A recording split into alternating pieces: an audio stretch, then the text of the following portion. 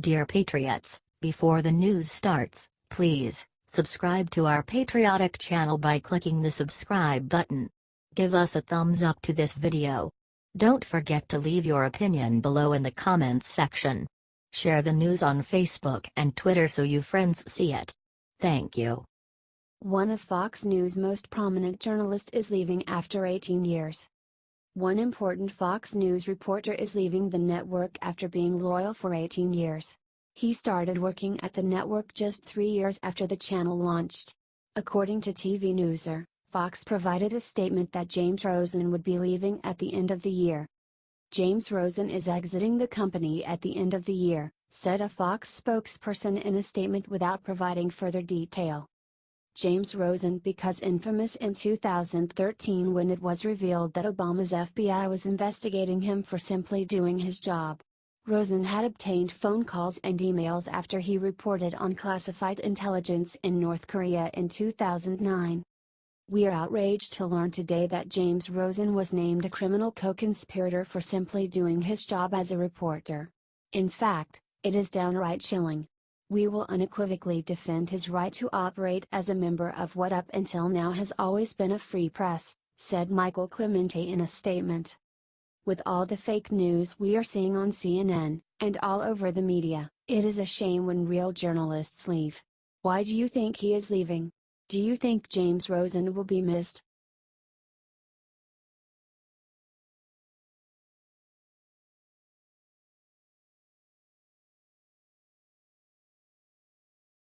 Dem Cory Booker just declared that it's not Christmas, it's Feminismus. Democrats are constantly trying to craft a narrative that they are the party that supports and advances the rights of women. They claim that, by contrast, the Republicans are somehow waging a war against women. Democratic Senator Cory Booker of New Jersey, who is one of the most hard-left liberal members of Congress, succeeded in both smearing the Christmas holiday and cheaply pandering to female voters by publishing a feminist poem about Christmas, which he has renamed Feminismus.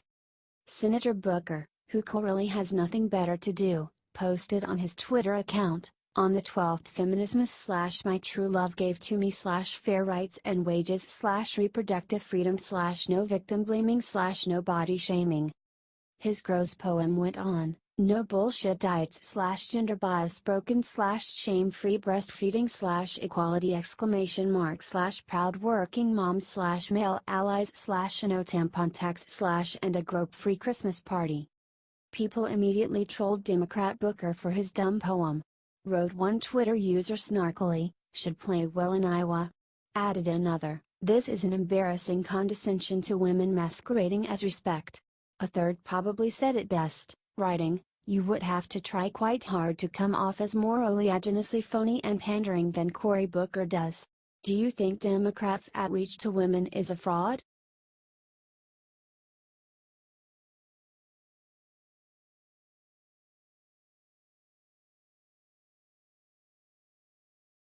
Libs got shocking answer when they asked Jimmy Carter about removing Confederate statues.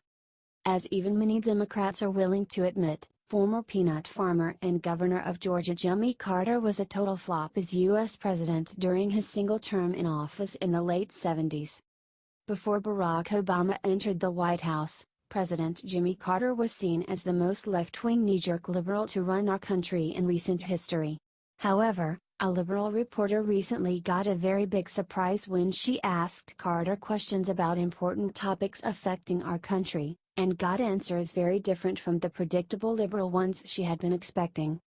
The New York Times left-wing columnist Maureen Dowd asked former President Carter, for example, about what his response is to NFL players kneeling during the national anthem. Carter replied, sensibly, I think they ought to find a different way to object, to demonstrate. I would rather see all the players stand during the American anthem. Maureen then moved on to another hot-button topic, that of Democrats' desire to whitewash American history and insult Southern heritage by removing statues of Confederate generals and other leaders from public places. Dowd may have overlooked the fact that Carter is from Georgia, and has a deep connection with the region. When she asked Jimmy if the statues should be removed from the parks, he answered, that's a hard one for me.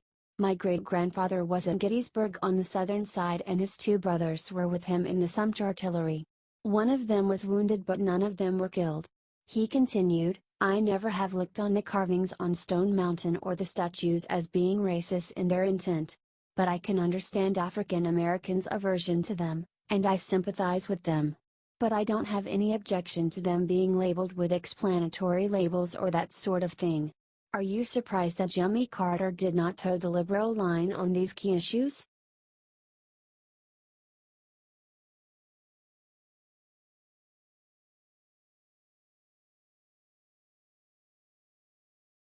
Ingram corners Dem Tom Hanks, reveals the real reason he attacked Trump. Out of all the countless Democrat-affiliated movie stars and other entertainers in Hollywood, Academy Award winner Tom Hanks had a reputation as one of the most open-minded and reasonable. After all, after Republican Donald Trump got elected, he was the one who urged angered fellow liberals to take a deep breath and relax. Unfortunately, since then Tom has fully bought into liberals' paranoia about Trump, and he has joined the mob that believes we must take action against the democratically elected president. When The Hollywood Reporter asked Hanks if we would attend a hypothetical screening of his new film The Post at the White House, he responded, I would probably vote not to go. He also rambled in incomprehensible Chelsea Handler style about taking Trump down, and individually we have to decide when we take to the ramparts. You don't take to the ramparts necessarily right away, but you do have to start weighing things. He added, you may think, you know what? I think now is the time. This is the moment where, in some ways, our personal choices are going to have to reflect our opinions. We have to start voting, actually, before the election. On a recent episode of The Ingram Angle on Fox News, conservative commentator Laura Ingram shed some light on why Hanks was motivated to make such nasty remarks about our Republican president. Said Laura, after the year Hollywood had with Weinstein and Spacey et al., you'd kind of think that its brightest stars would practice some humility on the whole moral barometer front. Well, no such luck. Instead, one of America's favorite actors is insulting the president just to sell his movie. Laura continued, imagine a world, Hanks explained, where the president treats papers like the Washington Post as purveyors of fake news. Hey Gump, maybe he treats them that way because half the time they are. She then said that the time has come to cast away Tom Hanks and stated, I kind of like him better, by the way, on the deserted island talking to that volleyball. That was cute. That's the dialogue that I enjoy from Tom Hanks. Riveting. I almost thought it was a basketball, I had forgotten. Do you think Laura is right?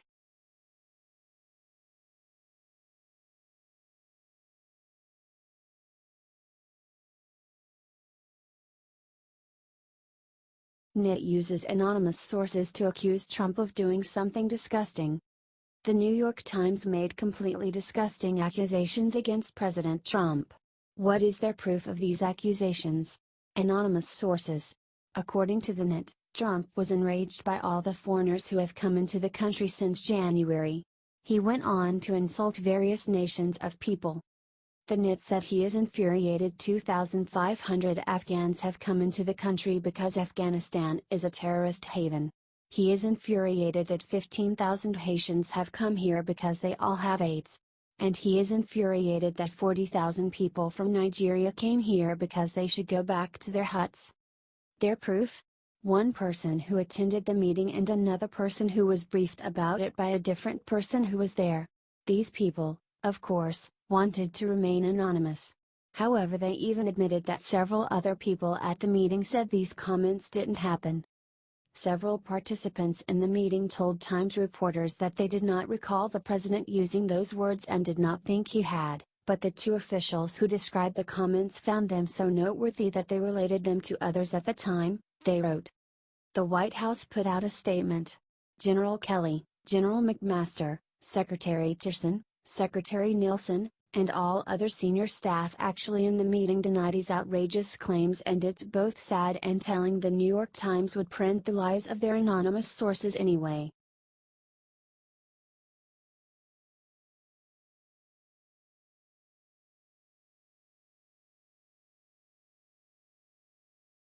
Ted Nugent just called out phony libs with a shocking, hilarious Christmas Facebook message.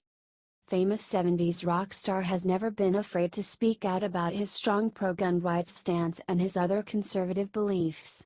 The Cat Scratch Fever musician recently gave his fans a hilarious Christmas present with a both heartfelt and powerful message on his Facebook page.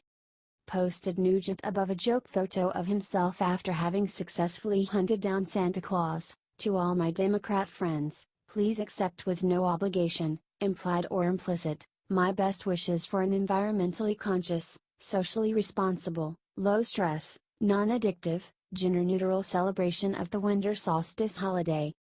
He added, practiced within the most enjoyable traditions of the religious persuasion of your choice, or secular practices of your choice, with respect for the religious, secular persuasion and/or traditions of others, or their choice not to practice religious or secular traditions at all.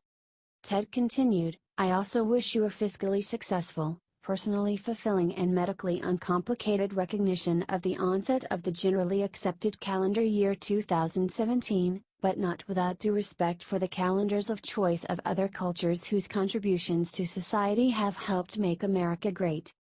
Nugent concluded by writing, not to imply that America is necessarily greater than any other country nor the only America in the Western Hemisphere. Also, this wish is made without regard to the race, creed, color, age, physical ability, religious faith or sexual preference of the wishee. To my Republican friends, Merry Christmas and Happy New Year. How much do you love proud conservative Ted Nugent for this?